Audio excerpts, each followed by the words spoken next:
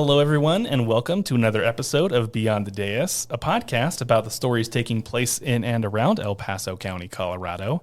I'm your host, Scott Anderson, and today I am joined by Mindy Schulz, the Strategic Services Manager here with El Paso County. How are you doing today, Mindy? Good, Scott. Thanks for having me. Yeah, absolutely. I appreciate you making the time today. Before we get to it, though, I want to quickly add that if listeners are interested in more stories about people doing good in and around El Paso County, or hearing from county leadership about local government priorities and how they operate, you can find additional episodes of this podcast on your podcast platform of choice. But to get into things, Mindy, I was wondering if you could start by giving some background about yourself and how you came to be here at El Paso County. Sure. I moved to Colorado from Salt Lake City in 2013. I worked in a city called South Jordan as a code enforcement officer. I was promoted to code enforcement supervisor in South Jordan. I worked there for about 6 years. And when I moved to Colorado Springs, I specifically looked for a job in that same field. And I was lucky enough to get hired on in El Paso County, not in code enforcement, unfortunately. But I started my career in El Paso County with the Department of Motor Vehicles in 2013. And I worked there for about a year and a half just to get my foot in the door at the county. And then I found a job with code enforcement in 2015 as a code enforcement officer. Nice. So what is it about code enforcement that draws you to it? Why be interested in that field?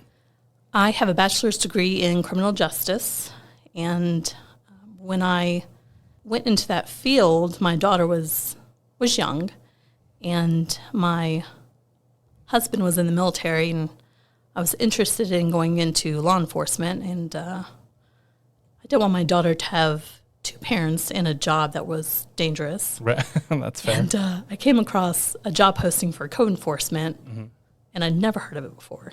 And I said, well, this sounds interesting. You know, kind of has the same draw of law enforcement. And I got the job, and man, I was hooked. You were hooked. I was hooked, and working with them on a different level, not on a criminal level, it was just very interesting to me. You know, I never heard of zoning. Yeah. I didn't know what that was. Yeah. And now I'm dealing with people that have no idea what it is either. Yeah. So I'm able to relate to them. Yeah. And so when I left Utah, I wanted to stick with that. So I was lucky enough to be able to. Awesome. And, of course, I just love El Paso County. And I've been with the county for 11 years now. Oh, wow. That is very cool. So can you share some information just about your department? So the code enforcement part of it falls under the Planning and Community Development Department. Is that correct?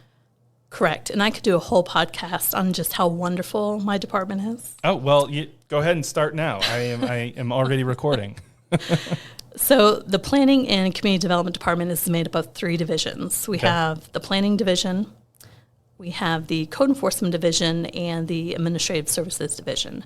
And I manage the Code Enforcement and the Administrative Services Division.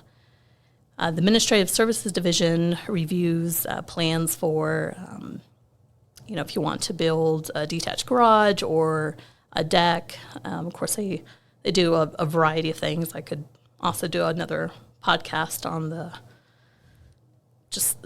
the million things that they also do to support the planning department.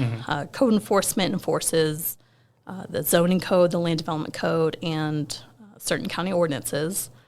And then the planning division processes development applications. And so that's what the planning department does, three divisions.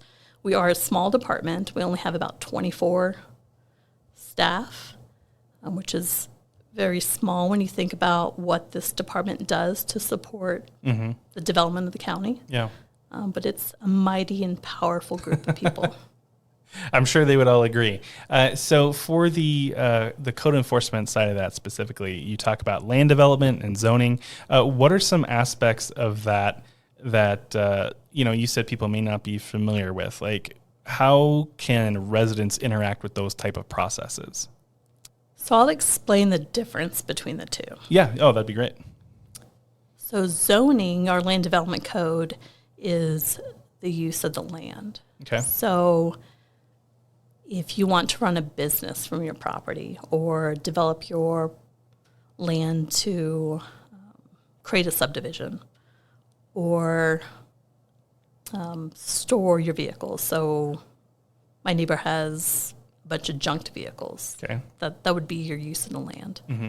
Ordinances is kind of like a condition. So your tall weeds or a bunch of junk accumulating on a property.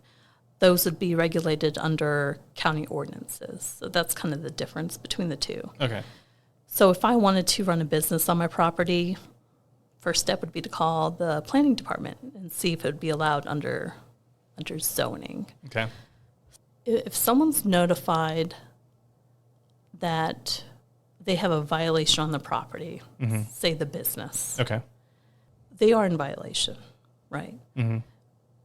But where code enforcement comes in, it's not to drop the hammer. It's not to,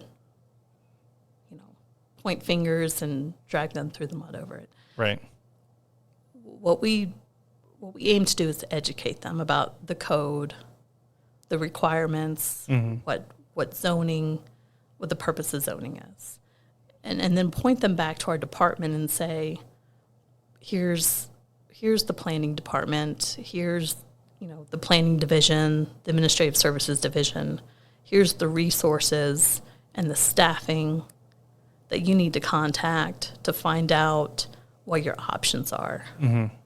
Is there a process that you can go through to legalize this business? Right. What I always stress to people is, they think the process is cumbersome, it's difficult, but the process is not meant to go through backwards. Right. Right. Yeah.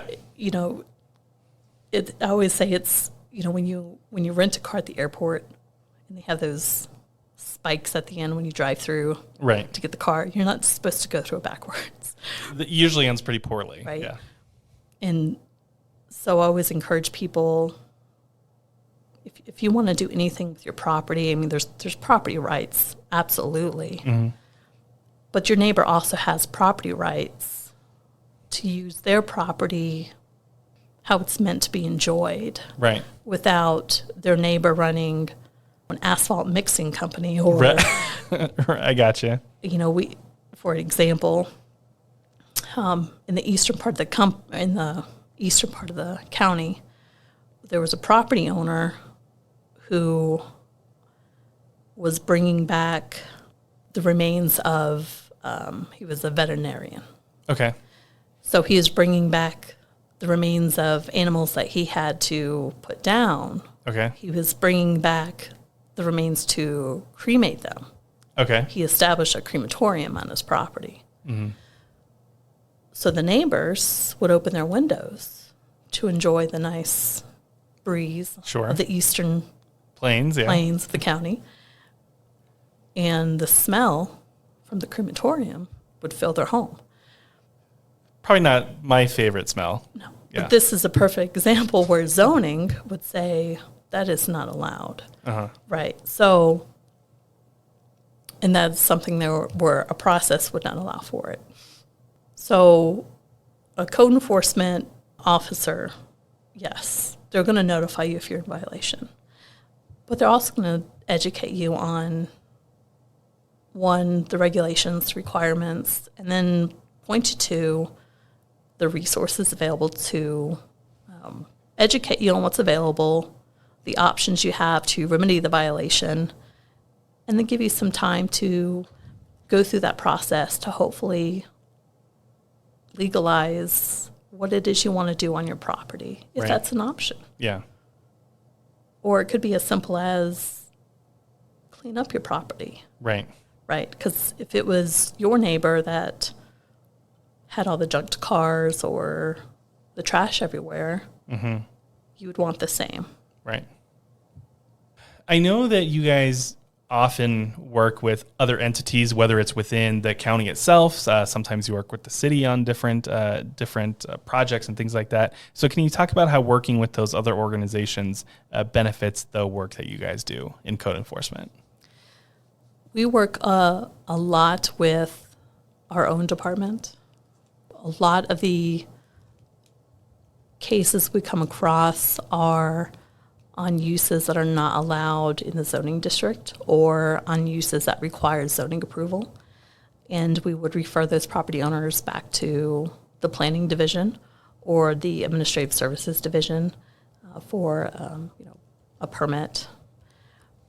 Or we will also work with the county attorney's office for cases that a code officer cannot resolve to gain voluntary compliance. Those cases would be elevated to the county attorney's office.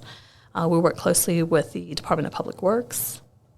We have coordinated with the City of Colorado Springs on a IGA for homeless camp cleanup, which that entails just clearing any confusion, is just another option for property owners to use the city's quality of life team. So the county does not have its own homeless camp cleanup team. Mm-hmm. So if a camp is identified on a property in the county on private property, we could get an estimate from the quality of life team. And if the private property owner says that estimate looks good to me, mm-hmm. the county then would contract with the city's quality of life team to clean up that camp on private property and just contract with the city for that cleanup. So right. that's how the IGA works. Okay. Some people thought that the city was going to come in and just take over all the homeless right. camps in the county, and that's not how that would work. Right. So we do, we partner with public health on complaints that we receive. So code enforcement is kind of a catch-all. Mm-hmm. If people don't know where the complaint needs to go, it funnels to code enforcement, and then we would in turn just kind of figure out which department would handle it. So that does give us an opportunity to partner with other departments, which is pretty neat. Yeah. I think one nice thing that is an outcome from all of that is your ability to get connections with all of those different departments and everyone's sort of understanding the work that you guys do.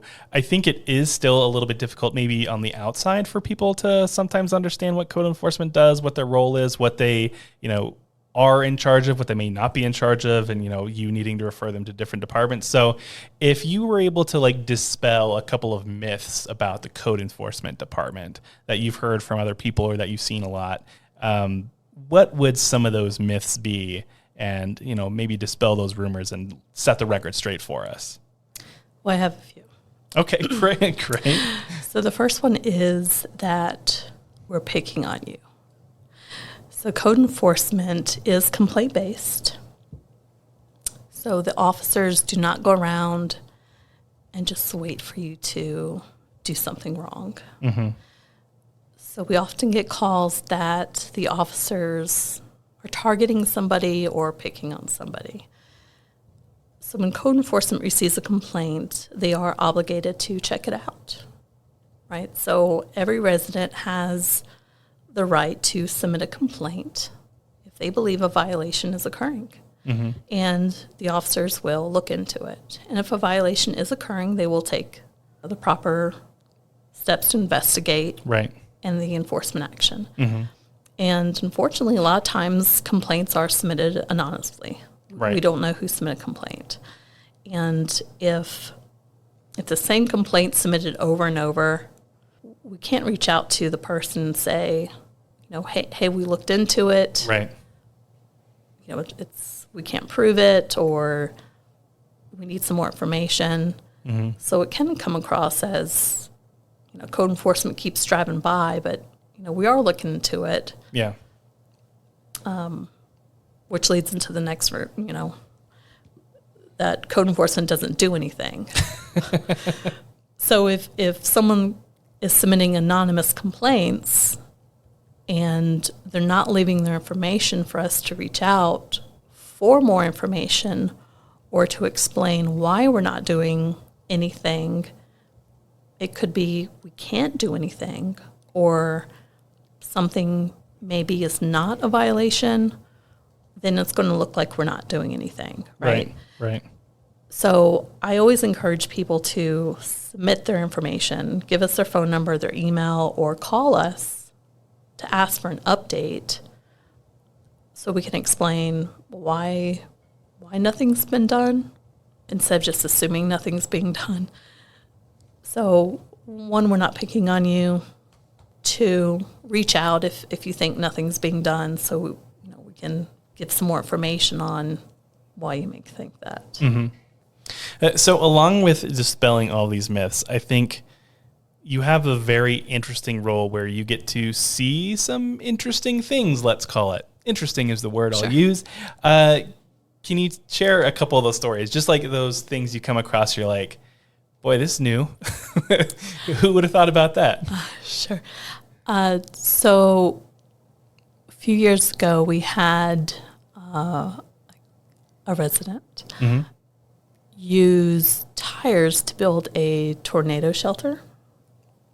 Sure. But it was never a shelter, so it was just ended up being this Big stack of tires. big stack of tires that was partially buried, and we ended up having to dig them all out, and we removed 999 tires. How disappointing that it ends at 999. Yeah. And then we had another case where he was collecting trash. It was just little garbage, and he dug this huge pit, and all his household garbage went there. I mean, there was treadmills in this. I mean, this is how big the trash pile was. Treadmills, couches, beds. But away from that, they were putting canned foods. I don't know why it was separated. I'm not sure. But our contractor had a skid steer, and that's how they were scooping everything up. Yeah. So they rolled over cans, and some of them exploded. Sure.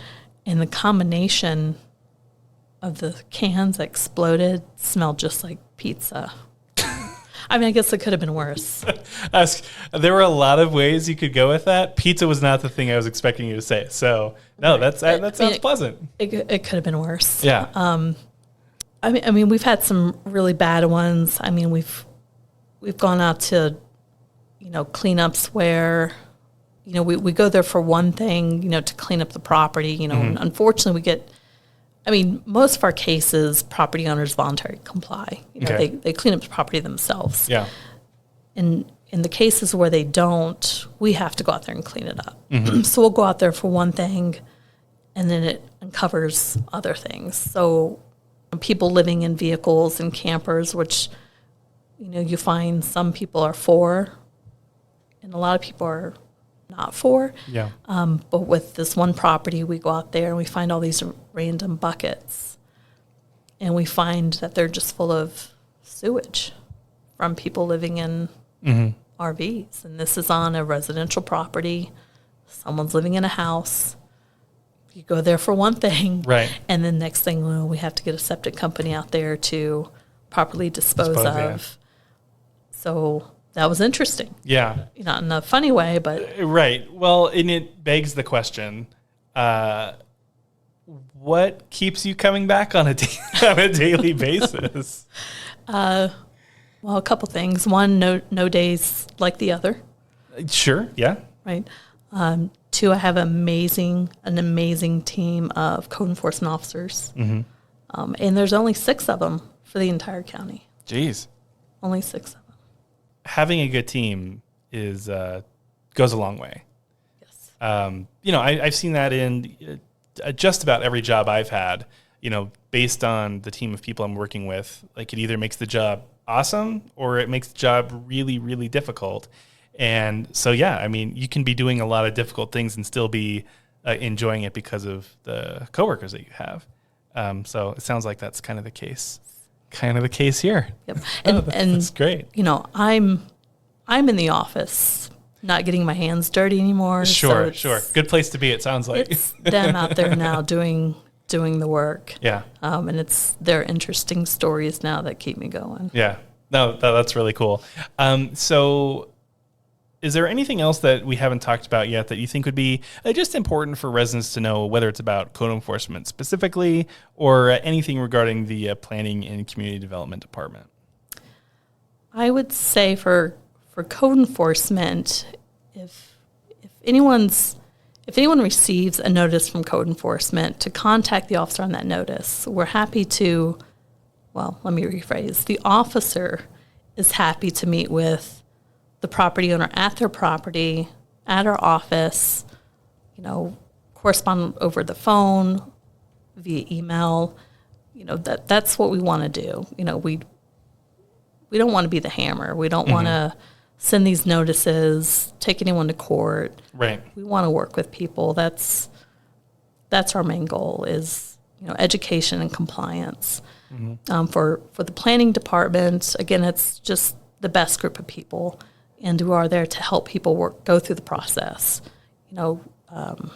educate, and really, if they want to develop their property, get approval for their use.